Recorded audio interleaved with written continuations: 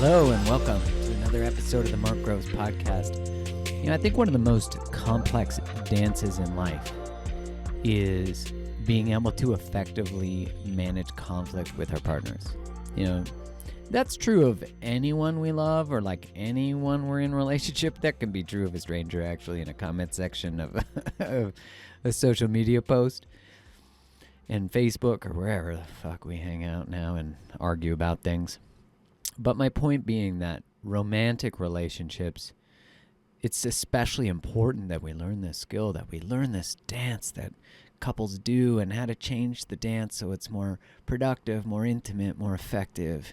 And we just get to learn about one another more. A lot of the time we believe or feel as though a successful relationship has an absence of conflict, and I don't think there could be something more untrue. Successful relationships just handle conflict differently. They manage conflict differently.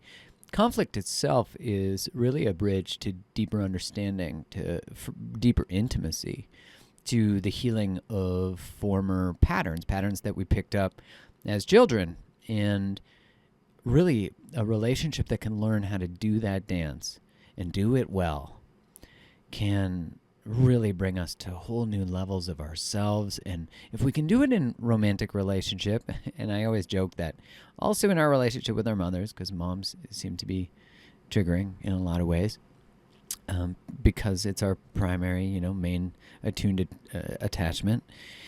And it's just like if we can learn those, oh my gosh, like regular everyday interactions or conflicts with people are just so much more simple because we've begun to master it in this other section. So I can't say enough about that. That's really the work all of us need to do and are here to do. And it's just so healing, and it just requires so much of us. And I'm so excited. The podcast interview today is with Nick Solaczek, and Nick is a coach. He's a writer. He's a speaker. He does men's coaching too, but he works with couples. That's like really his deepest passion, and he's exceptional. He's exceptional, and he has for a long time been a friend, and I just really admire him and his work and his way of speaking about these things and in ways that just make it so you can leave this podcast with some exceptional skills and a deeper understanding of yourself and perhaps your pattern with your partners or your exes, and it will just inform you. And I'm so excited because it's so applicable. So before we dive into today's episode, please, wherever you listen to this, make sure you subscribe to the podcast so you don't miss one. We've got exceptional podcast episodes coming up, and please share it if this episode resonates with you. And if you can, if you could leave a 5-star review and a written review, that's super, super helpful to get it in more people's ears. So without further ado, here is Nick Solaczek. I cannot wait for you to hear this one. It's a zinger. Welcome back to Mark Groves Podcasts. This man that I have in front of me, but maybe in your ear, is not just a good friend, but also an incredible teacher in relationships. His passion, although I don't want to speak for him, you'll get to speak in a second. Okay. You speak when you're spoken to. You might want to give me some coaching on that one. He's an incredible teacher to couples. His primary focus is in that. And I've just had the honor of watching you grow and teach and speak, and it's been nothing short of inspiring. So, Nick, welcome. Thank you. It's great to be here. And I don't want to, because, Nick Solaczek, but how do you actually, is that like, what's the traditional pronunciation if we were to really get into it? Yeah, Solaczek. Solaczek. Yeah. Sounds like a Texan slang version of it. Well, a lot of people think that I'm American because of the way that I pronounce certain words, but Solaczek, we'll go with that. I like it. Yeah. Okay. Well, welcome. Thank you. It's great to be here. Dude, flew into Vegas for this conversation. Well, that sounds like rock star. Flew into Vegas for this conversation. This is how important this conversation is, people. Truly. Well, I was definitely not going to turn down the opportunity to talk about relationships with you, who Dude. have inspired me and obviously thousands, hundreds of thousands, millions at this point of people. And it's an honor to be here with you. But there's been some incredible guests on this show and pioneers in their field and really accomplished people. So it's like I'm humbled, privileged to be here. You're in good company, and you were part of that company. Thank you. And so, yeah, like what inspired your work? Because I think for so many people listening, I think being in a relationship in any kind is, can we just say, fucking kind of hard sometimes, a lot of the time, Yeah. especially with parents. But it's really especially romantically. So I'm curious, what inspired you to really want to obsess mainly about that?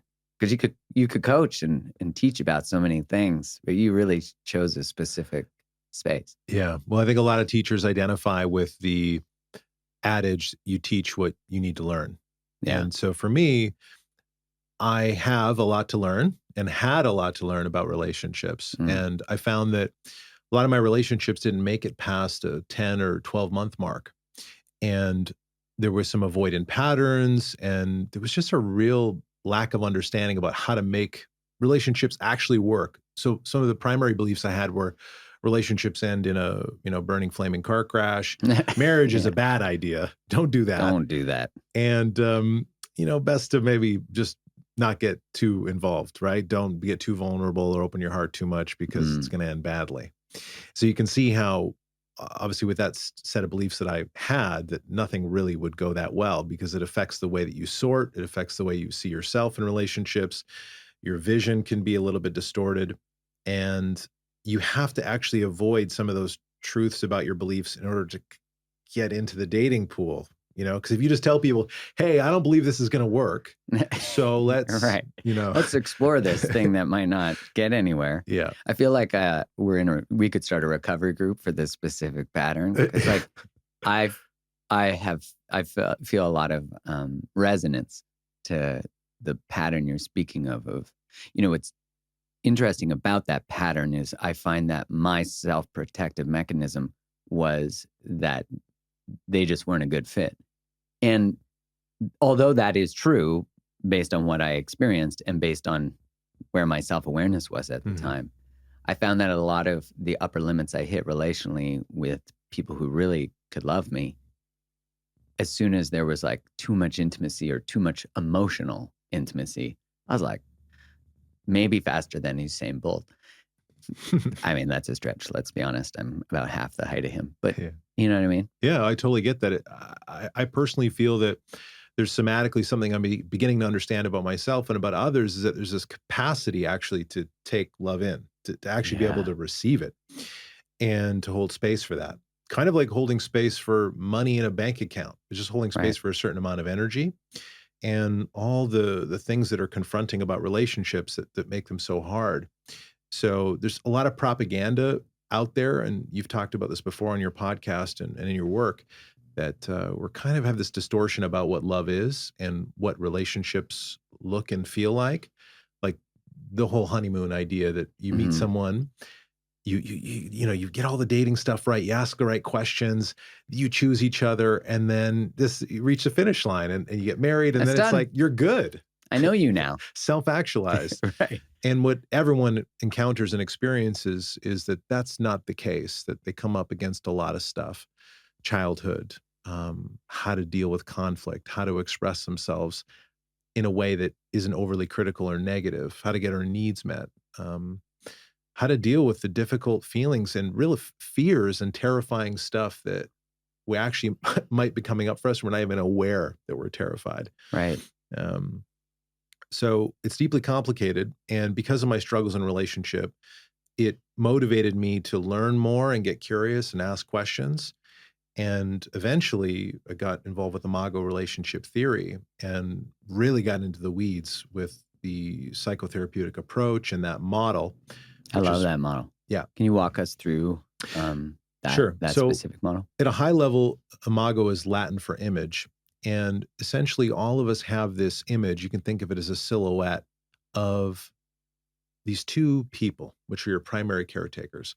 Now, some people have multiple primary caretakers or step parents or foster parents, lots of different configurations. But the point is your imago is this image of the positive and negative traits of your primary caretakers. And Harville Hendricks and Helen Hunt, who wrote Getting the Love You Want, Such a basically, good book. yeah, they discovered in their therapeutic work over the last 30, 40 years that their clients found that there was this level of charge and attraction to people that matched this image, your imago. So if you're in a difficult relationship, free of abuse, but just difficult relationship, you find it challenging, you're both in a growth work, you're trying to work through all these things that are coming up. There's a phrase, you probably met your imago match, which is this person that challenges you in all of these ways. That's interesting. It's playing on that you've met your match. Exactly. Yeah. Which I think the natural tendency is this isn't working. And it isn't in its current iteration. This isn't working. They're not a good match. We fight about the same shit. Which I feel like is every couple, really on some level, till you learn how to navigate that space. Like, so what do you do when you recognize you met your match, which you likely did if you're listening and you're like, oh, that feels like me. It is you. What do you do? Well, there's a few key opportunities. And when you think about enlightenment in life or staying awake, part of that practice on a practical level day to day is when there's a difficult feeling that comes up. You're upset, you're stressed, you're triggered by someone, something they've done, said, something they didn't say, something they didn't do, is to acknowledge, okay, there's a feeling here. What's this about? Let me label that. And is there some historical context to this? Yeah. Is there something from my family system this also reminds me of that's giving it this charge and this power, it's almost like coming from the back end out of your view. And just noticing that and noticing that this person you're in relationship with is not the only reason that you're feeling some pain. There's actually previous wounding and hurt from before. And that tends to dissolve a little bit of the charge in between you and the other person. And it helps restore empathy when you learn how to communicate about it.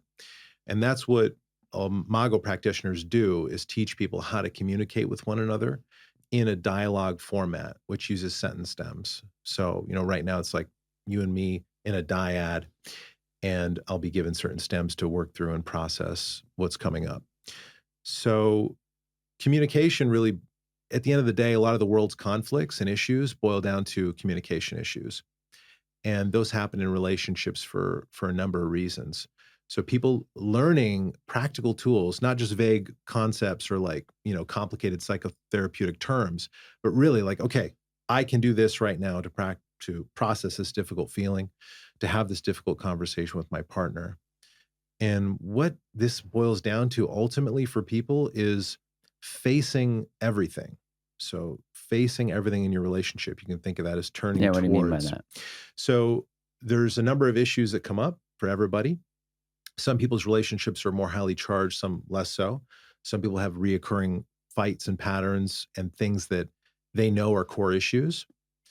And those core issues are 100% when they're, 2, 3, 4 times the argument's repeating, it's almost always 100% about childhood. So that's an important truth. Yeah. Because I think that speaks to what you said earlier, what reduces the charge in the recognition of meeting your match is honoring the familiarity of the emotional need or the trigger.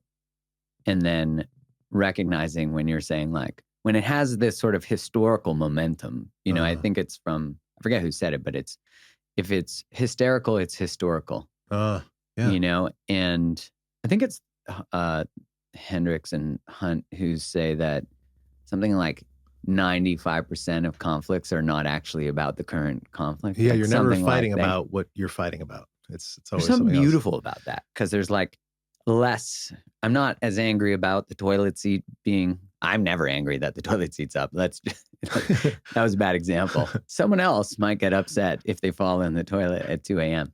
But it's not about that generally. Yeah. Right. And I think we don't hear that. We hear the constant criticisms, which really, you know, I remember hearing Esther Perel saying that behind every criticism is a desired behavior, but we're mostly modeled how to criticize. You never, you always, you didn't, you. We're not modeled how to actually make the request. Yeah. Because the way that we observed connection was through criticism. So not to derail or I'd like to bring it back to, okay, so you're in this moment, you're recognizing it's actually about something else behind. Yeah. Now what? When you can share from a place of personal ownership, it tends to dissolve and remove the other person's sense of being blamed or attacked or criticized. So if I can say that, you know, hey, would love to talk with you, is now a good time, and I get consent that it's appropriate for me to consent for a conversation, right? Yeah, so I want to be more important than the football game, more important than yeah. You know, one of my mentors says it like this, and it's a kind of a crude example, but if I asked you to piss your pants right now, you wouldn't do it. You wouldn't do it. You'd make a mess of the carpet. That's a great example. You got to wash your pants. It's embarrassing. It's a hassle. You got to go back to your place and change. But people do this, and they do it in an energetic sense, is they might take a crap in the middle of the living room because they felt like they wanted to. My point about that is when we're young, we are potty trained. We learn there's an appropriate time and place to go. It's easier. It's cleaner. It doesn't make a mess. It's more appropriate. It doesn't leave a big stink in the room. Right. And for couples in their conflict, it's the same thing. It's like, just because you want to go right now and you want to have it out doesn't mean it's a good time to do it. You got to learn how to have that conversation, and in a way that doesn't create more of a mess inside of your relationship. Yeah. And that is often a hard thing to do when we're upset. The great metaphor is if you're walking on the beach on a sunny day, and let's say you spent a couple $1,000 to go to Mexico and everything's fantastic, and you're walking through the sand and there's some, you know, broken shells, and you step on one, you cut your toe. All of your energy and attention goes right to the wound. You're checking if you're bleeding, if everything's okay. You're totally self-absorbed in that moment. And in relationships, that happens emotionally. We get injured, we feel hurt by the person, and then we get totally self-absorbed into, you know, our own situation, and we become defensive. And that's a big problem, because as soon as we get defensive, we're in this tennis match with our partner, and we're flinging insults or negativity or criticisms or just defensive statements back and forth. And that's a huge issue, because it really erodes the sense of safety between two people. And that's one of the core things that really couples need to get. So maybe I can just talk about that a little bit in terms of how I define that. Harville Hendricks says that couples essentially need two things: safety and aliveness. And when I think about that, I'm like, okay, well, what is safety? And so I just quickly define this as five things: attunement, the ability to repair, truthfulness, integrity, and consistency and reliability. Attunement, so the ability to be connected, be present. Yeah. So let me define more of that. Define. So attunement is like, I get you. I feel that I get you. And you feel in your body that I get it. We're attuned. Is there a part of, and if you don't, you're curious about getting. That's right. Okay. I demonstrate curiosity. So we got relaxation in the relational field, and I'm going to hang in there long enough, like Dan Siegel calls that contingency. I'm going to hang in there long enough with you to understand, instead of being like really dismissive or be like, okay, whatever, I'm out here. I'm going to hang in with you long enough in the discomfort, the uncomfortable space of not getting you yet. And if I speak from my own experience here, part of the challenge that I had in not getting them, and maybe this is in socialization as a man, is I felt in some sort of way a failure, or like I wasn't enough to understand them. And also just how hard language is to like, and I'm not being the martyr here for men, but so much of male conditioning is you're not good at talking about your feelings. That's just how men are. And in a way, when you look at like the research on when babies are dressed in blue or pink, and then people are told they're boys or girls, how they treat them right away is different. Yeah. And then that leads to developmental differences, potentially neurological developmental differences based on testosterone and estrogen.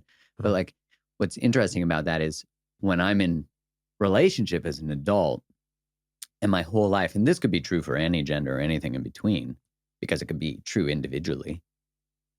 And I'm being asked to find language. My partner wants emotional connection from me.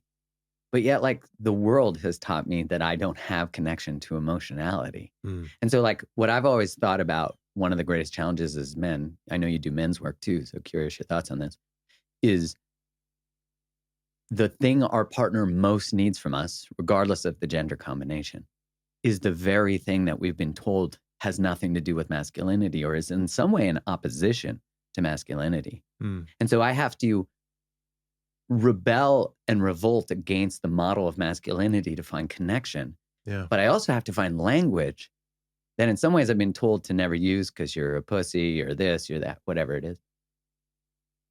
And that's why I think like the act of emotional intelligence, not in business because we'll find it there, but actually in romantic relationship, is such an act of revolution against what is the traditional models. Curious your thoughts on that. And then, of course, I want to get back to the other definitions. Yeah, we'll come back to safety. I think what's really what builds upon what you're saying there is that the thing that your partner needs the most from you in upset, in stress, in conflict is usually the hardest thing for you to give them. Well, that's a fucking conundrum. It is. But the key there is that it's a growth opportunity. Right. And when couples learn that paradigm, that conflict is growth trying to happen, and they take that on and start to become aware of it in the moment. Yeah. Conflict is growth trying to happen. Yeah. So I get to say, instead of like, oh, you always do this, you're ruining my life. You're just like, your mom, insert your parent. dad. Yeah. I say, okay, wow, like I might feel like I hate what's happening right now. And there's a growth opportunity here. Instead of and take some humble pie. Totally. But instead of the shameful thoughts that a lot of couples have, actually most couples have, which is, this should be easier for us. Why can't we figure this out? How come we haven't worked through this yet? Why isn't therapy working? How many more books do I have to read? Just kind of like this feeling like the struggle, feeling the lack of worth, the lack of ability, what you were speaking to earlier. And that's a really tough place to be. But the struggle is normal. And it's necessary. It's necessary for each person in the relationship to grow and to reclaim parts of themselves that were lost, frozen, disowned along the way. And it's temporary. It doesn't have to go on like this forever. And ultimately, what couples find is once they start practicing and doing couples work, they might transcend certain patterns and they're going to grow and they're going to expand. They're going to encounter new challenges, new issues, new problems they've never had to face opportunities before. New for opportunities. Expansion. Exactly. I like it. So in IMAGO theory, there's kind of a running joke, AFGO, which is another fucking growth opportunity. And that's always, because they're just reoccurring. They're going to come up. You're going to be challenged. But that's a very different paradigm from, that honeymoon idea and the propaganda about, what love Disney is supposed to. and yeah, that's interesting. So because I've experienced this with Kylie, it's like as you surpass, expand, develop the skills that are necessary to move beyond that one sort of upper limit. And then that becomes the new floor you're standing upon. And then you're getting more depth and intimacy. And ultimately, I think we get to a place where the tools are not out in the world everywhere because not everyone, 99% of couples don't actually make it past that one recurring thing. And they don't see their partner as an invitation to their expansion. They don't see conflict as a growth opportunity. And so you are actually building the plane as you're flying, in some ways, you know what I mean? Yeah. Which I think is cool because you start to see that your relationship is actually this container where you expand, they expand, and the connection itself then can be seen as this sacred container for growth. What an honor. Yeah. I said to Kai the other day, I wouldn't pick another person in the world to be going through all the things that we've navigated, and especially in the last couple of years. And she was like, so outside of the pandemic? I was like, yeah, that too.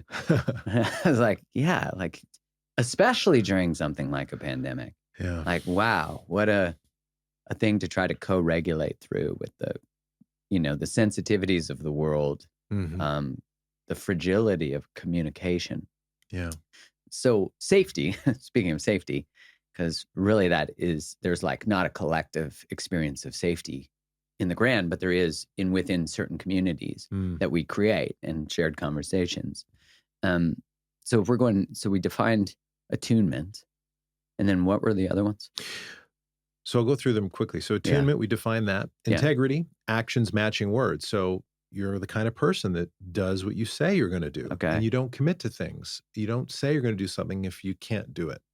And that's really important. It's about keeping That seems to be a agreements. big one. It's huge. That might be one of the main ones. I would argue that, integrity is just one of the most powerful things for people in relationship, but especially for leaders, and whether they're coaches or therapists or healers of any kind, just showing up in that way, just Right. doing what you say you're going to do. Being Yeah. what you ask. And nobody's perfect, right? Right. So we're allowed to make mistakes, which is why the ability to repair is part of this model of safety, which really means that I'm willing and open to repair attempts, to apologize, to receive apology, to forgive, to seek understanding versus being quickly dismissive and writing people off if they make a mistake. Right. Gotcha. Yeah.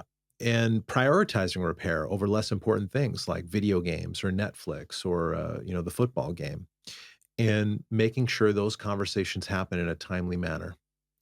So those are the first three, and these aren't in any particular order of importance. They're all important, but consistency and reliability is also a big one. And what that means is no Jekyll and Hyde behavior, really, showing up in a relatively consistent way. Mm. Is this someone you can count on to a high degree? You kind of rely on them. And that shows up in behavior, obviously, in the way that we speak, act, the way we show up in a relationship, the way we show up in stressful moments, the way we, show up at morning for work, when we come home for dinner. Most of us in the coaching world anyway have probably working for laptops for a long time and are part of this, laptop All right. class. So we have another challenge about working from home and maybe being with our partner all the time, Mm-hmm. which many couples have had to deal with through the pandemic. And so many of the teachings from the 80s and 90s were about making quality time with your partner, make plans to see them. You got to spend quality time is still important, but now people have been just jammed together at home. It's like, geez, I just needed a It weekend lost off. its quality. Just Yeah. so. Yeah. So it won't lose the thread here. The last one there is truthfulness. And truthfulness is really about us coming from a sincere place. Mhm. So there's no lying or deceit or betrayal. And there's a sense of transparency. So if people can practice these pillars and begin to embody them, each person, if they show up in this way, it's really hard to get 100% safety all the time. So I don't want to create some idea that that's reasonable for you to do day to day, but it's a safe enough kind of holding environment for the relationship. And when you got that foundation, you can begin to work on the pillars and keep yourself accountable and evaluate, hey, how am I showing up in Like these out areas? of these pillars. Yeah. I would imagine that for the couple to do that, both have to be aware of this need and both have to be committed to it. Like there has to be some sense, like I find one person will often read the book or do the thing. And then they're like, I'll just start to insert these things into our relational life. And certainly that can change things because one side of the pattern changes. But if like both people aren't committed to this sort of sacred fertilizing of the base of the relationship, Yeah. then like one's committed to integrity, truth, attunement, it needs to be conscious, doesn't it? Like this conscious intention, this conscious shared desire. Yeah, absolutely. Your relationship is only as safe as your partner feels. Mm. So just think about your relationship is only as safe as your partner feels. So if your partner's saying, I feel unsafe, I don't like this, this makes me very uncomfortable, one type of person might say, well, whatever, you need to deal with that. That's your shit. Oof. But what you're missing is your partner's actually saying, I feel unsafe. And safety is really the doorway and the portal to which we connect. Dogs don't play with humans that they don't feel safe with. Kids don't play with kids they don't feel safe with. Adults don't play. Adults aren't vulnerable and playful and lighthearted with people they don't feel safe with, Yeah. for the most When you part. put it that way, it's such a simple instinctual necessity. Yeah, but we're not taught about these things that are not emphasized. And in certain family homes and many family systems, if you look at your situation, you probably didn't have safety in the way that I'm describing it. So how do you know what it feels like? How do you know how to embody that? And how does it become like a natural way of being? And there's certainly a lot of challenges. I love what Dr. Alexandra Solomon says, if your partner asks you to go to couples therapy, go the first time. Like go the first time they ask you. Because the partner's saying like, hey, there's something I want to work out here. This doesn't feel good to me. That's such a commitment to the couple. And I think what's interesting from the person who's being asked is, in my experience, there's often a fear of what might be uncovered, and maybe like there's like a anticipatory experience of shame that makes us not want to go, because simply asked, most couples, and I think if the answer is no, you should probably break up, but like most couples, if you're like, hey, would you like to work through and figure out how to navigate this cycle that you do so that you can feel like communication is less fraught, less frictional, I don't know, whatever the word is. Yeah. They would say yes. And if they don't, like if someone doesn't want to work through something, you can't fucking do it. Like I think that's one of the most challenging sort of things to acknowledge or confront or accept is, I made this request. The other person said no. I made the request again. I made the request again. And I remember in reading the research on when people get divorced, it's women who initiate divorce far more than men. Yeah. Which I don't think is necessarily shocking. They tend to be a more accurate barometer of sort of relational health. And I think there's a lot of evolutionary reasons for that.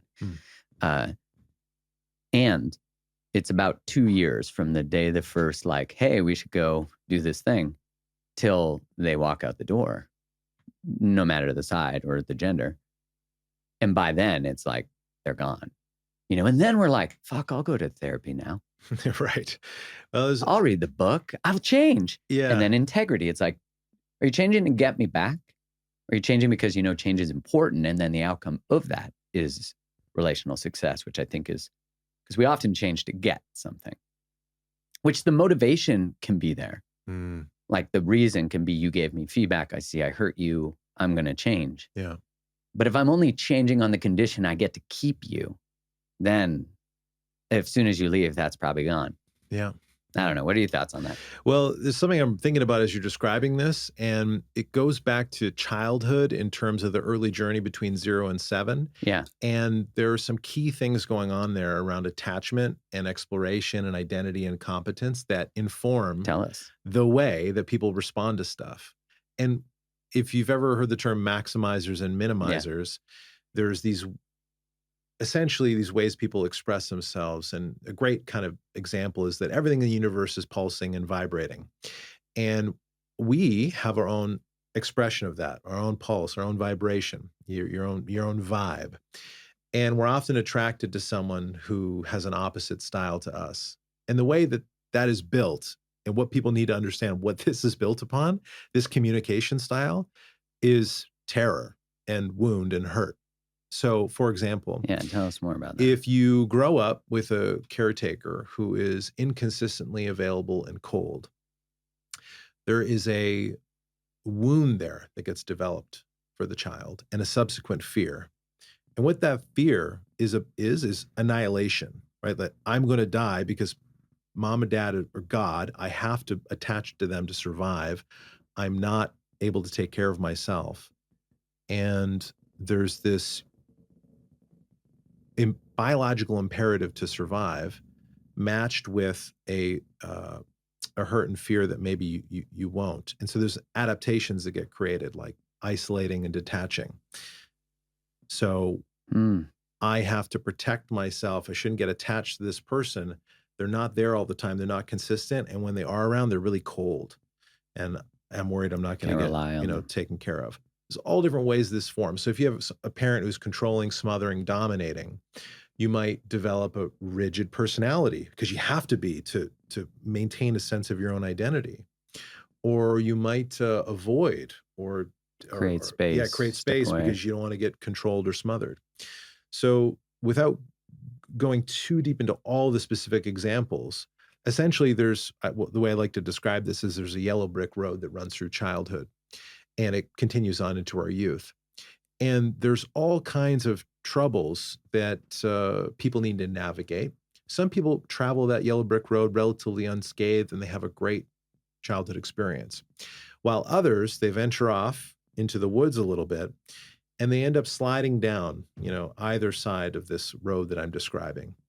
And what's happening there is there's hurt in childhood, there's wounds that get created in subsequent fears.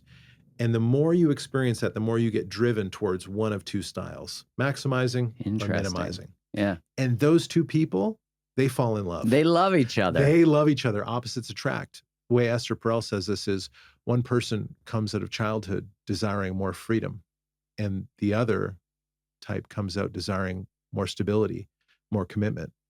And those two people find each other and fall in love. Of course, right? So the invitation to heal. Yeah. And so this creates a number of issues because when one person's stressed, when they're upset, when they're angry, they express it in a very different way from their partner. And each person's style, each person's way of being doesn't make any sense to the other person. Because why do you deal with things this way? What is your problem? Why can't you be more like me? Why can't you see the world the way that I see it? Oh, isn't that so true? The sort of like martyrdom of our own perceptions of what is important in that moment. Yeah. One person's, what's important is reconnection and the other person is space. Yeah. In some sense. Interesting, the overlap with attachment theory. Mm-hmm. Yeah. Right. That's what I love about relational organization schemas is they're different ways of understanding our patterns.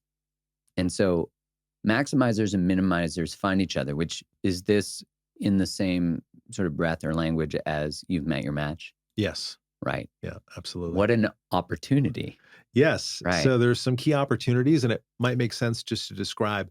I find that people, it really clicks for them when they find out what a minimizer is. Yeah. How do you know what you are? So some general things you can look for and notice in yourself and notice in your partner. And we never use knowledge of this kind as a weapon. We use You're it as such a fucking maximizer. We use it as an opportunity to grow and to I want to know what I am. I can't wait. All right. Tell me. Yeah. So minimizers tend to withhold.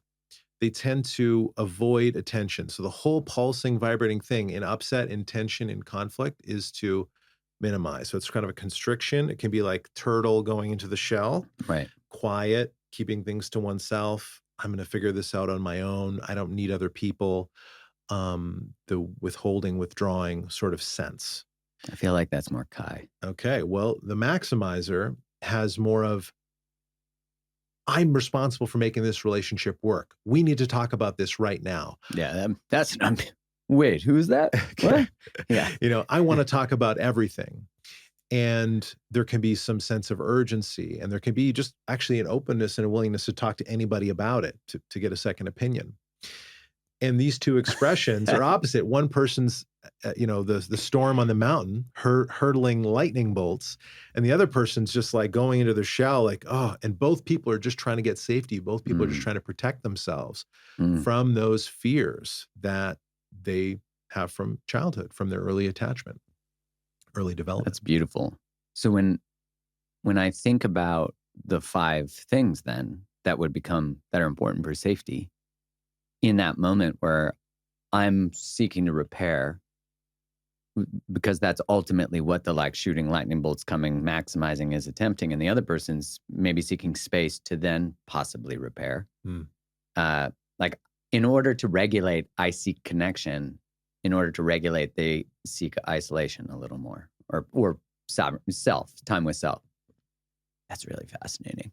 Yeah, there's just sort of a self-protective mechanism there. So it can be like, I don't want to be abandoned. I don't want to be neglected. I don't want to feel like I'm not being heard. I don't want to feel invisible. And then the other person feels, I don't want to be controlled. I don't want to be smothered. I don't want to be dominated. I Get don't wanna off be of me. I hurt. don't want I to don't made to wanna feel guilty, for Right. this.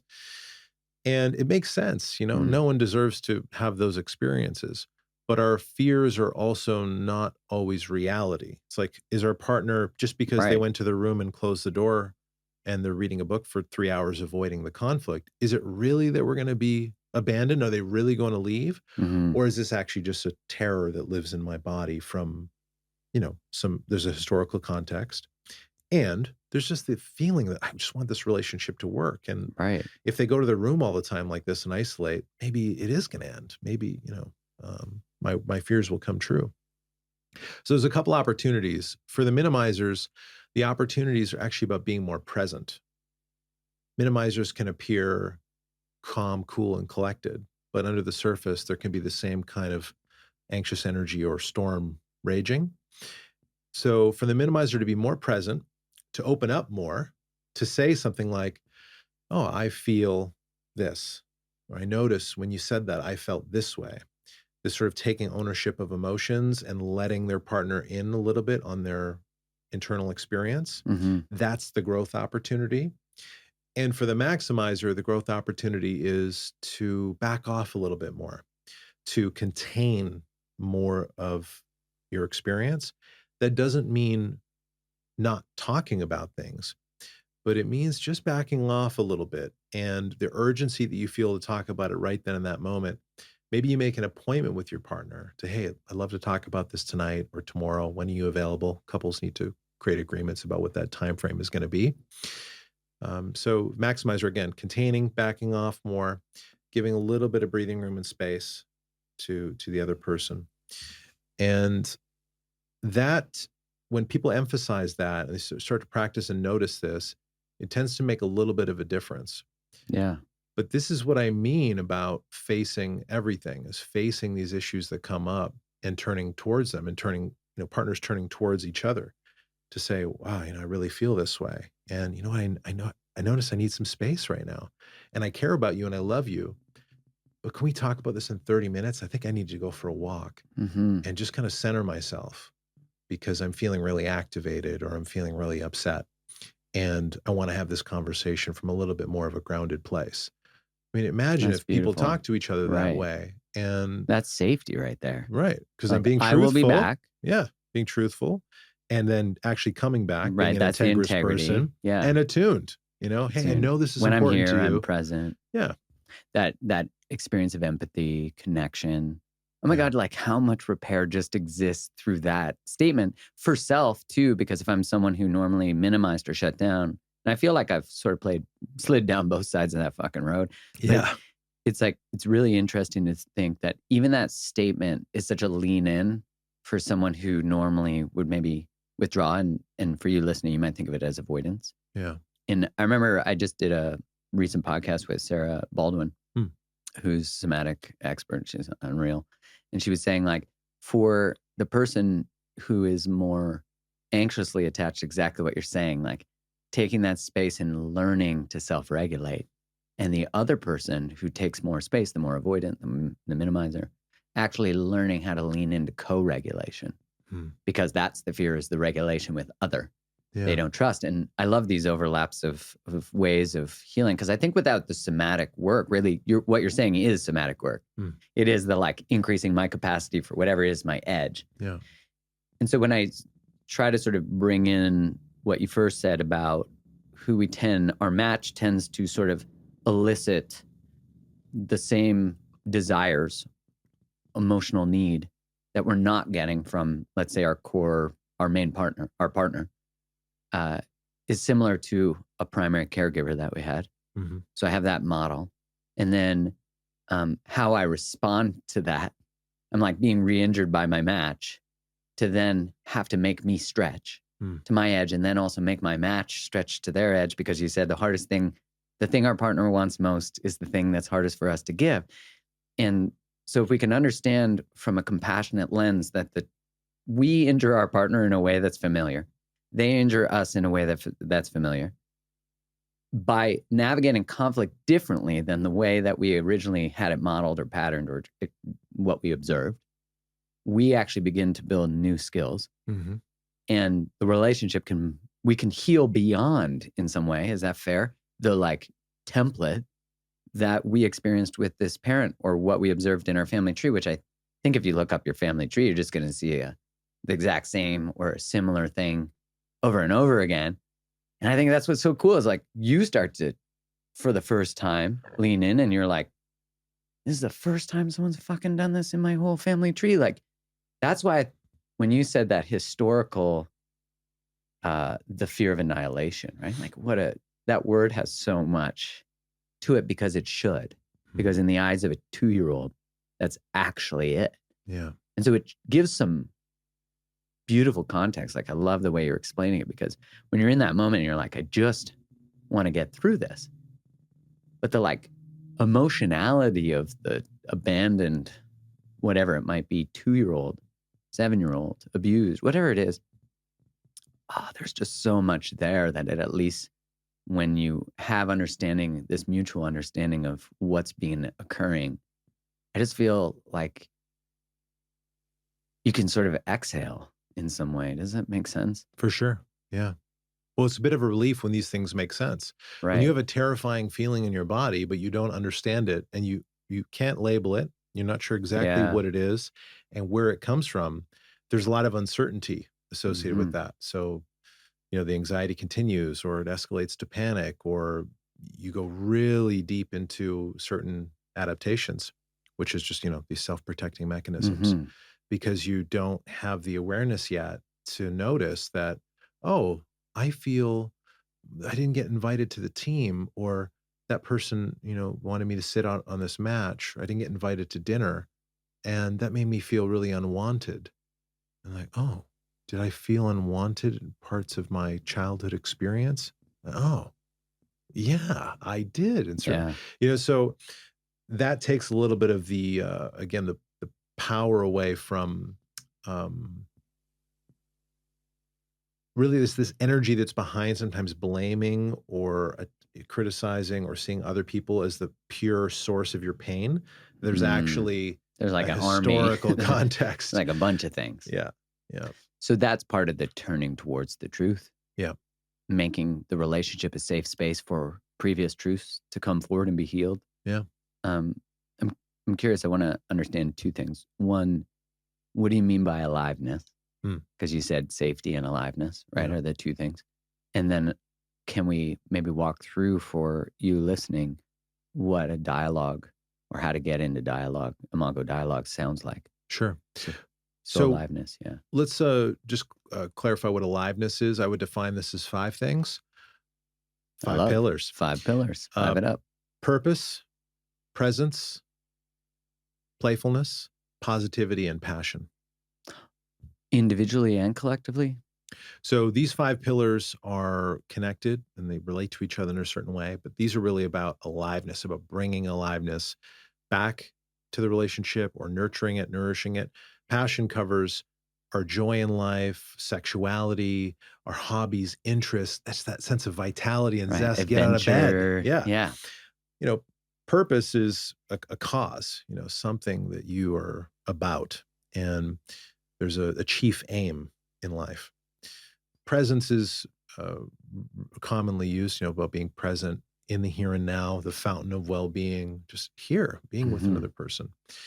And that can be really hard for many people because we live in such a fast-paced culture, at least in the Yeah. West. I think I can speak for most countries when I say that, but social media, shortening attention spans, our attention is divided and distracted in many ways. So actually being present is quite a wonderful thing. And when you are in the here and now and present, you feel alive. You're Yeah. not in the past thinking about regret. You're not in the future worrying or thinking anxiously or, you know, plotting.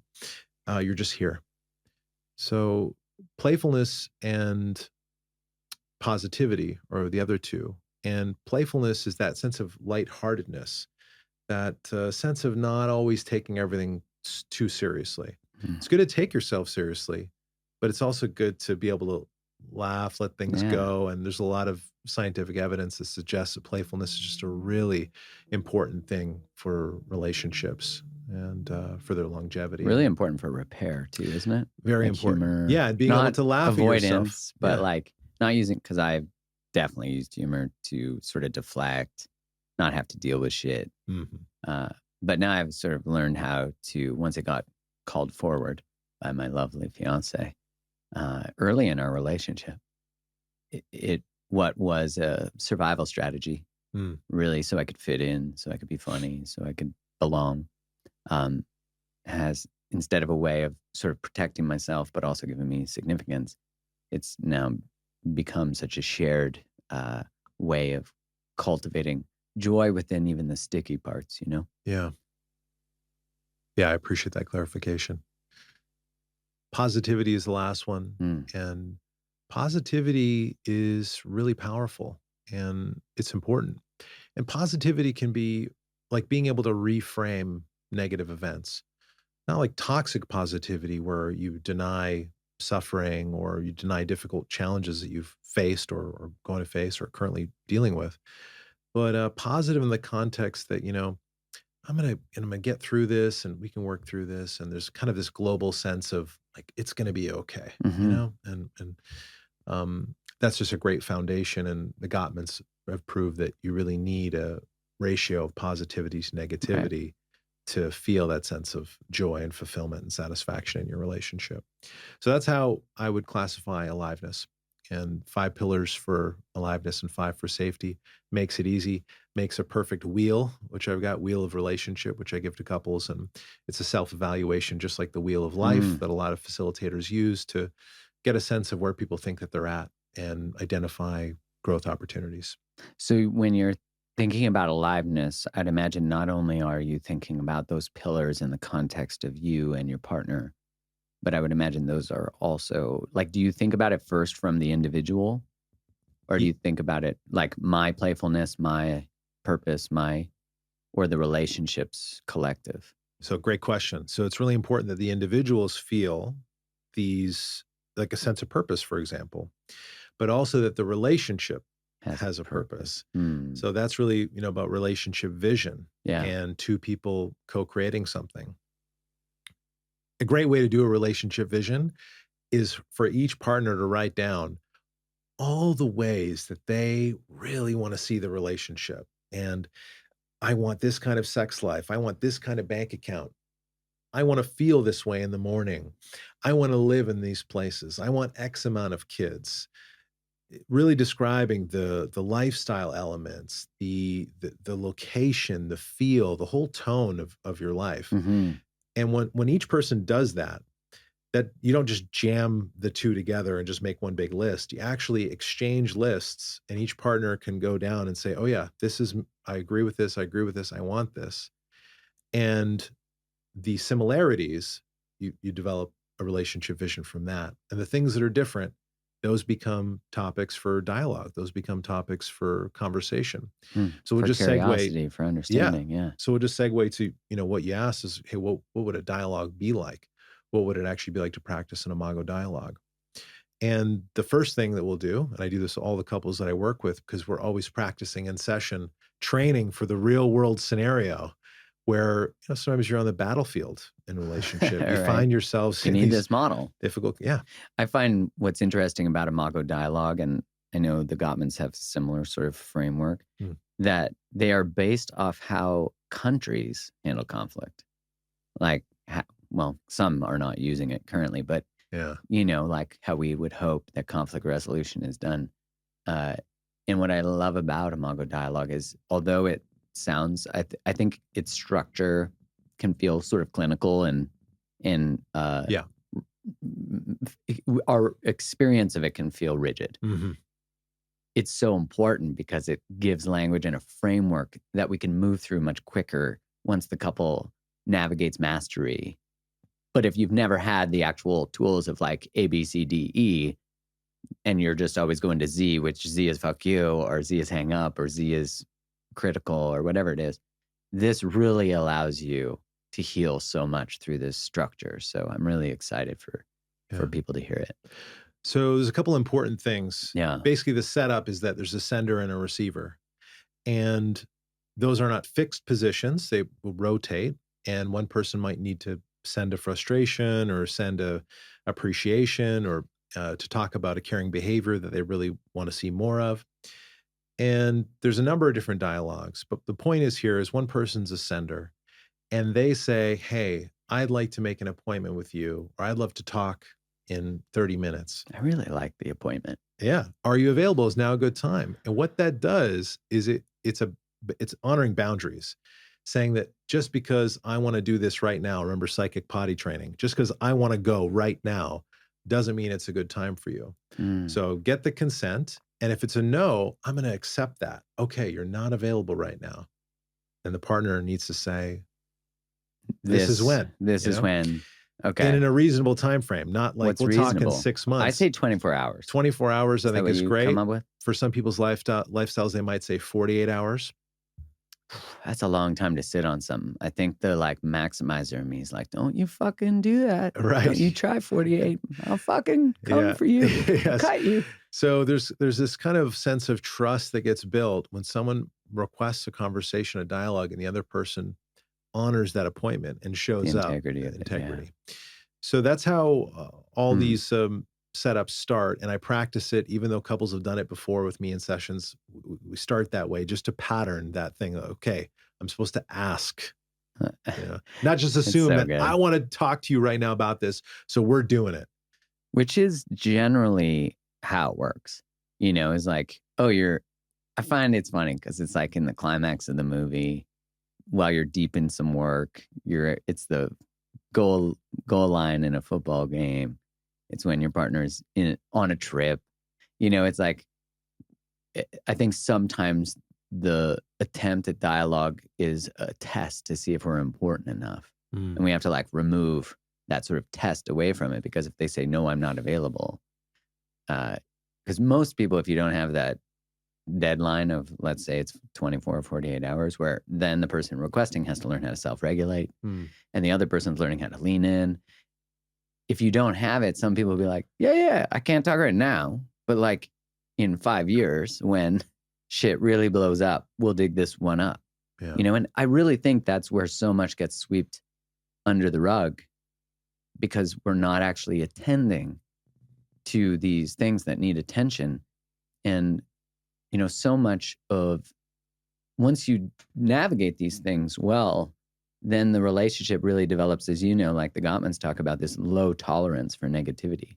Like the relationship, we always think like, oh, I don't want to make a mountain out of a molehill. I let things go. And although that's important, it's not if it's self-silencing. It's not if it's self-abandonment. We then don't have the safety that you're talking about. I can't turn towards my relationship with the things that I'm suffering with within the relationship. Then I can go drink shitty ass Chardonnay, which that whole business might be based on. Not that Chardonnay's bad, but you know what I mean? Actually, it is bad. What am I even saying? I don't drink anymore, but if I drank again, it wouldn't be Chardonnay. But it's interesting that we then develop these other outlets that are important for emotional sharing. And, there's things that our friends provide that our partner doesn't. But we don't have a place to turn towards. So all that to say, so if you're the sender and you're like, hey, I'd like to make an appointment. I'd like to chat. Do you have time in 30 minutes or now or whatever? And the person's like, yeah, why don't you come back in 30 minutes, or I'll come to you as soon as I'm done wrapping this shit up, and I'll come to you. All right. So we have an appointment that's about to happen.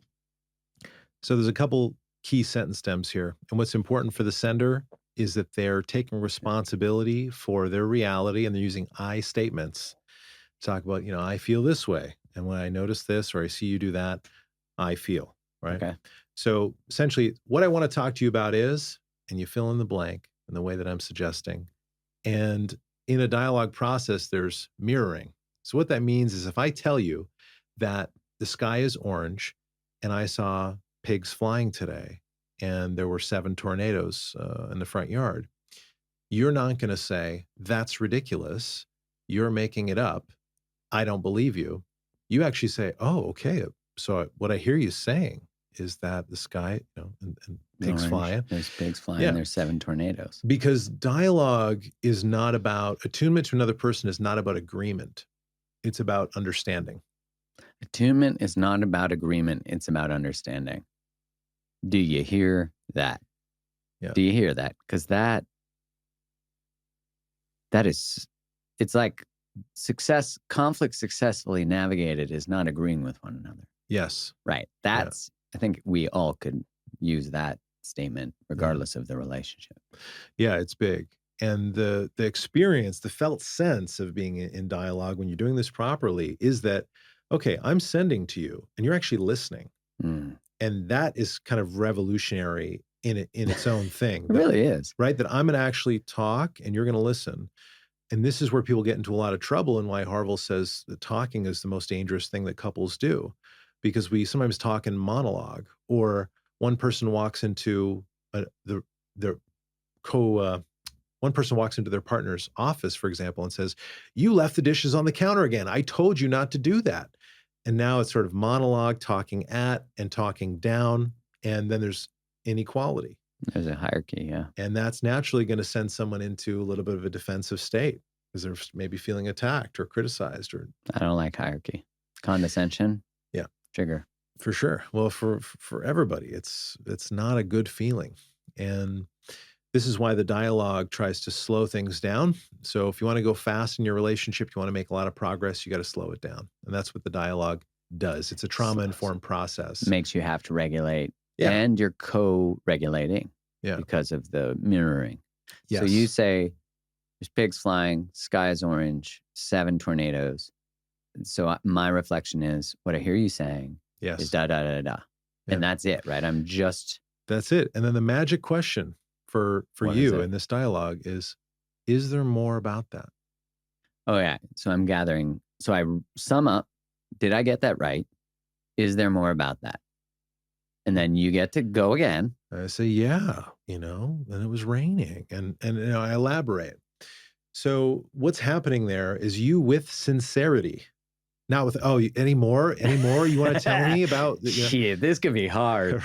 Right. At first, especially if there's contempt in the relationship. Yeah. But that's part of this growth edge, is actually to turn off your own TV channel. This is why presence is so important. I'm going to you can't really turn off your reality, but just put it aside for a few minutes and to just be with your partner. So beautiful. Knowing that you're also going to get a chance to share. I bet people are just waiting for that. Well, in the middle of a process, so some people, I can't listen to this anymore, and then they have to insert their piece. And they don't totally understand yet that they're really hurting this sort of attunement, this beautiful moment between them and their partner, where this person's just vulnerably sharing and being patient with the mirroring responses if the other person doesn't get it, and just hanging in there. And what people tend to get, so what we're talking about here is just safe conversations. Right. And this doesn't transcend or solve all the issues that couples have, but it creates a foundation of which, they can actually begin to work on things. And some issues do dissolve and resolve themselves just through actually dialoguing it out.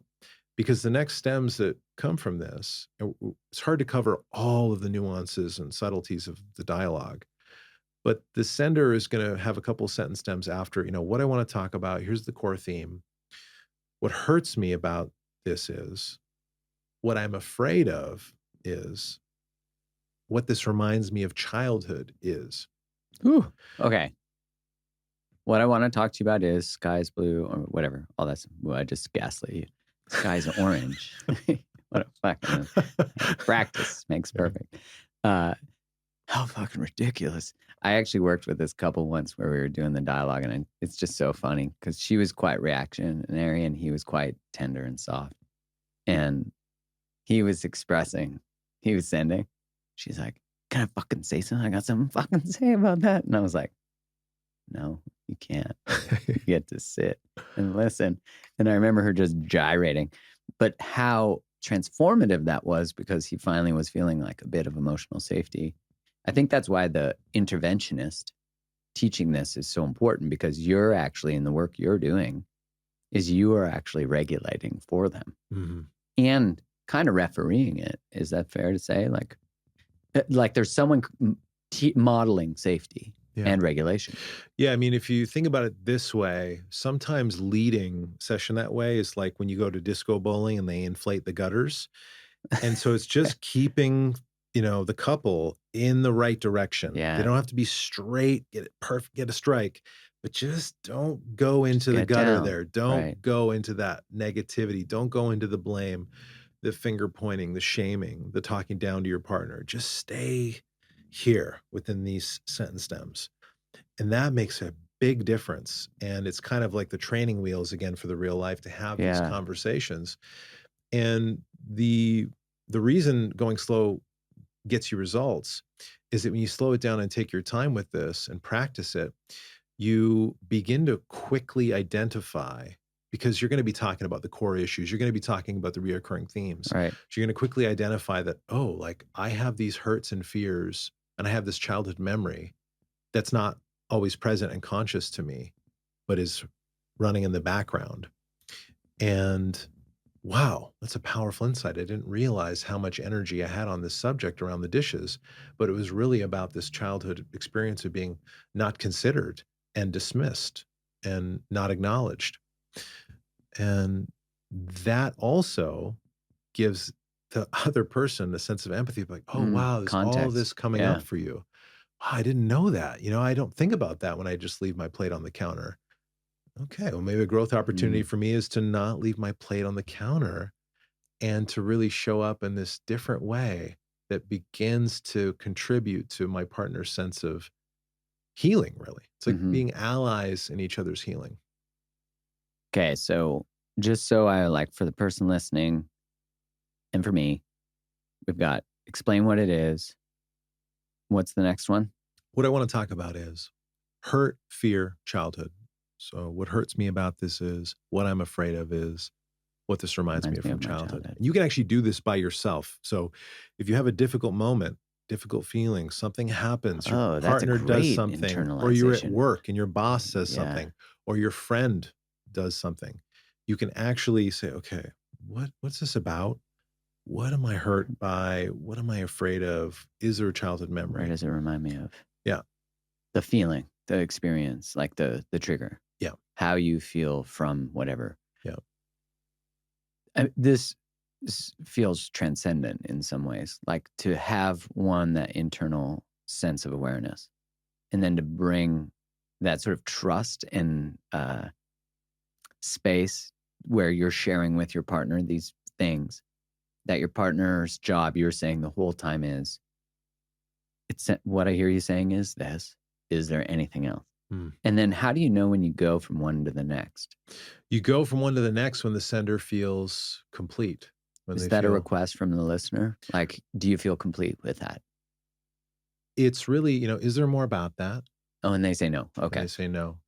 You also want to confirm, when you mirror, we say, oh, you said this, I heard you say that. Did I get that? Do you feel like I've got it? As the sender, you want to feel like, yeah, I feel you get me. You heard me. I heard, what you said to me is exactly the way that I'm feeling. And there's that, that just like attunement in that moment. Man, this is such a good reminder because I learned this, years ago. And I forget about I imagine that might feel, right? This attempt at identifying the feeling as you might have as a sender. And what I like about that part of the model that I read was and practiced, which I say practiced because I'm being reminded that I need to bring some of this back. Nick's not peeing, by the way. He's just pouring some water here. That'd be weird, right? We're doing this. This is urinal chats. What I found really beautiful about what I hear you're saying, what the hurt is, I imagine that feels, is then I'm starting to code in my own internal experience how I sense your emotion too. You know what I'm saying? Yes. Yeah. Right? Like, yeah. I'm like, oh, I imagine that feels like you might not feel prioritized. And the person, I'm like, did I get that? And they're like, no. Okay. How do you feel? Yeah. For me, that it reminds me that I need to do that more with not just with Kai, I think I've just like forgotten that step I mean, I've empathized in our conflicts, but I think I could do better at it. And it makes me think of just general conversations with Yeah. everyday people, how important the curiosity and the reflection and the mirroring and the validation and the empathy, like that's what we all want. Yeah. There's a lot of distortion, like in scientific observation would say that we only hear, like in a calm, relaxed space, like we only hear 13, 14, 15% of what is being said. That's calm. That's regulated. Yeah. So in Damn. conflict, in upset, this is the problem is that you're What's not, the percent? well, I Fucking haven't seen that 1, measurement. 0. They Yeah. can't measure it. It's so Yeah. small. It's And they're just like, our machines can't even register Yeah. empathy here. But what I'm saying is like, there's a high level of distortion, in general. Mhm. Now, when we talk about a measurement like that, it's an average and it's based on a, general sample of the population. I don't know what the size was. So it's not always going to be the most grounded, present, attuned people when they get this data. But the point is that there's a growth opportunity for everyone at large to be more present, to be more attuned, to be there. And it is a beautiful thing, It's incredible. to actually listen from a place of curiosity about what's going on and give your partner the space to share that upset, even if it's about something that is uncomfortable or you're worried about the outcome of the conversation that it might affect the relationship in some way. It's like, this is what I mean about facing everything is you have to talk about it at some point in some way through some format, hopefully in a safe way to resolve the challenge and to get some clarity about it.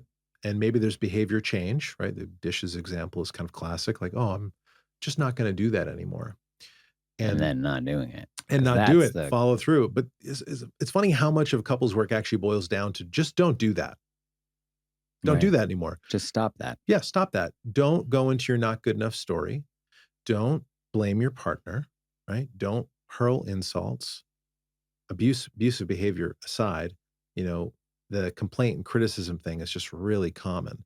It can be said, Seems to be just the regular vernacular of couples. totally. I'd That's say how I even get just my family needs members. met, right? Right. So it's this thing that gets developed early on because complaint and criticism is like the adult form of the infant's cry. So when we're younger, we can't express ourselves. So we cry, we get upset, we make noise, and we've evolved that way because we get our caretaker's attention.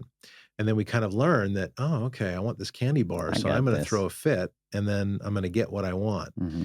And we then end up in relationships as adults, basically with this belief in the background that if I cause you enough pain, you're going to love me the way that I want to be loved. And that's so familiar, I think, for so many of us. That's why it's easy to feel shame about that awareness, but you must turn towards the truth of the awareness to transform and find connection. Yeah. It really is to know that you're part of your partner's healing and they're part of yours. Now it changes the whole context of connection. Yeah. I'm curious. Okay, so what is possible for couples once they begin this learning dialogue, beginning to have this understanding of this framework? What is possible then for the individual too? Well, there's some humbling parts of this experience, obviously, because when you begin to face everything, as I'm saying, in your relationship, you're undoubtedly going to come up against grief, sadness, anger, frustration, resentments, secret fears that you didn't realize were running parts of your life. And there's a lot there. But, beyond some of the initial process work, you really begin to restore a sense of exploration and nurturance and intimacy and play in the relationship. And that's a big deal. That's a huge deal. Really having a sense of adult love. It's kind of like in the honeymoon phase, we're just high on our neurochemical supply. I mean, we're just, it's all happening. And it's pretty good stuff. Yeah. Yes. So we're seeing all the similarities, all the things in common, and we get into that power struggle where we're only seeing the differences and we're thinking, oh, this person's too much this, they're too much that, they're not enough this, and I better get out of here. They're just the source of my pain. Yeah. And what a lot of couples do is they end up in a coping phase. And that can be, people cope in all kinds of different ways. They maybe drink a lot, gamble a lot, watch a lot of pornography, stay at work late, hold the newspaper Social up at the media. breakfast Yeah. table, social Phones. media, Yeah. phones. Yeah. There's any number of things. Some people do, extreme stuff, like they abuse their partner to cope with stress in the relationship. And, if people are in abusive relationships, really recommend that they get support to get out in the Yeah. right way. That's, not necessarily my specialty, but whenever I'm giving relationship advice, I find one of the things that people come up with is like, well, what about like abusive relationships? I'm like, I'm not even speaking in that context. That shouldn't Right. be, that's not a healthy Yeah. environment to Yeah. do Like work. that's aside. Get help, get support, get out. Yeah. Yeah. So, what's available to couples, restoring these things that I'm talking about, closing these energetic leaks that exist in the relationship that we use to cope, and making That could be connection with other people, right? it Texting others, could be, flirting, yeah, leaking sexual energy. absolutely, Yeah. cheating or, Yeah. other forms of betrayal. Can be subtle. Yeah. Yeah. Emotional affairs and so on.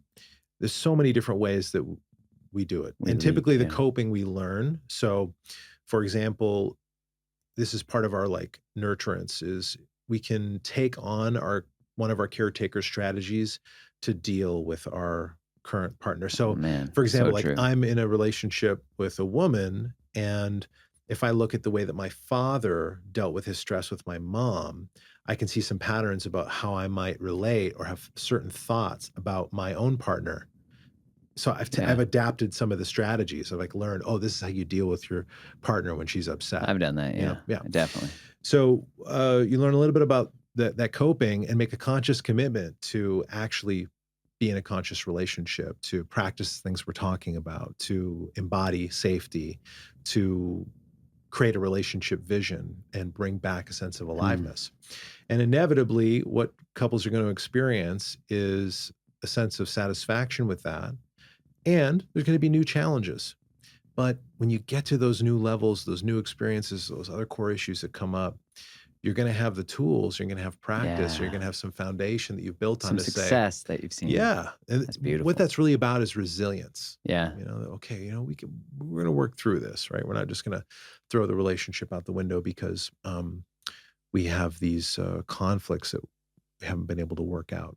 Yeah, you realize that now you have these tools. We've seen success as a couple returning towards the problem or challenge together, shoulder to shoulder, rather than you're the problem, I'm the problem, whatever the dynamic may have been before. Yeah. That's beautiful. And I would imagine, because there's for sure lots of people listening who aren't in relationship. And my experience of this work has been, you can understand all the things you're talking about and actually use that information to recognize who you're choosing in the dating work, who you're choosing and who you're swiping right and left to, all of that. And I think of how important just the understanding of what you're saying, practicing it with work, practicing it with your parents, like that IMAGO dialogue. When you first start implementing it in your life, first off, not only does your life get so much fucking better because everyone who's in dialogue with you about anything is like, I really like talking to that person. Like, yeah, they might experience being heard for the very first time in their life or like mirrored. They're like, what the fuck is happening here? You're mirroring back. Yeah. And you just like, your whole life transforms, because what I've found through this work is that I end up in intimate conversation that I never have been in before, because all my defensive, protective, whatever strategies always protected me from getting to what was untouched, what was annihilation. It's kind of interesting. It's like all those mechanisms, which are really just mechanisms to protect ourselves from getting hurt, but often just cultivate living in the hurt. Yeah. We're now past. And then we're like, what's swimming in this sea of delicious vulnerability that I'm not sure I want to be in? Yeah. Nick, you're so gifted at talking about this and in your work. I mean, I know numerous people who've done some work with you and just how transformed they've experienced. So do you, just for people listening, where do they find you? Do you work with individuals as well as couples? And how do they get more of your sultry voice and your beautiful hair? Thank you. And your heart and your soul and all those things too. You can find me on Instagram at Nick Solaczek, and we'll have links in the bio for that, nicksolaczek.com. I work with couples and individuals. My practice right now is split about 50-50, and the insights of IMAGO relationship theory apply. And everyone has a personal relationship story. So everyone that I work with, I help them map that out and to get a sense of what some of the unconscious motivations are for them as an individual and generally for people. And this helps create some significant insight and really makes a difference in terms of their dating process or the relationship that they're in. And I'm very passionate about that. It's just made such a big difference for me and other people that I know in the couples work field. And for the couples that I work with, I just see people transcending really difficult stuff and Amazing. working through it. So it's an honor to facilitate it. And it's great to be here. Thanks for having me on, and maybe more in the future. Hell yeah. Thanks, Yeah. brother. I appreciate you. Thanks.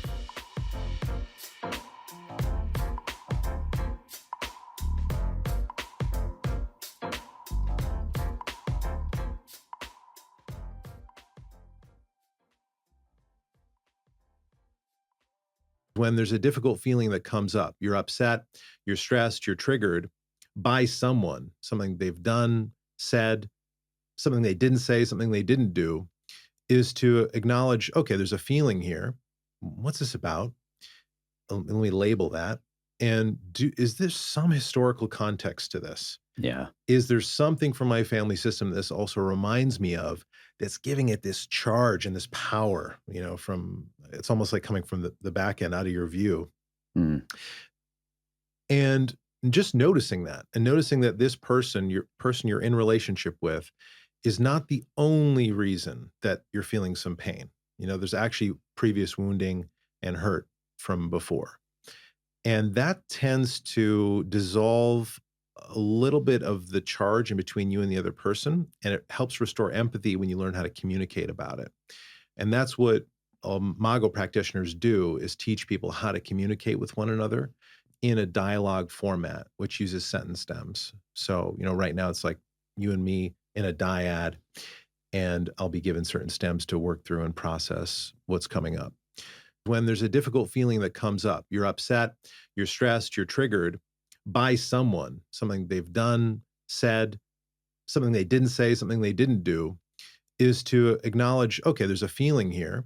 What's this about? Let me label that. And is there some historical context to this? Yeah. Is there something from my family system this also reminds me of that's giving it this charge and this power, from it's almost like coming from the back end out of your view. Mm. And just noticing that and noticing that this person you're in relationship with, is not the only reason that you're feeling some pain. There's actually previous wounding and hurt from before. And that tends to dissolve a little bit of the charge in between you and the other person. And it helps restore empathy when you learn how to communicate about it. And that's what MAGO practitioners do, is teach people how to communicate with one another in a dialogue format, which uses sentence stems. So, right now it's like you and me in a dyad, and I'll be given certain stems to work through and process what's coming up.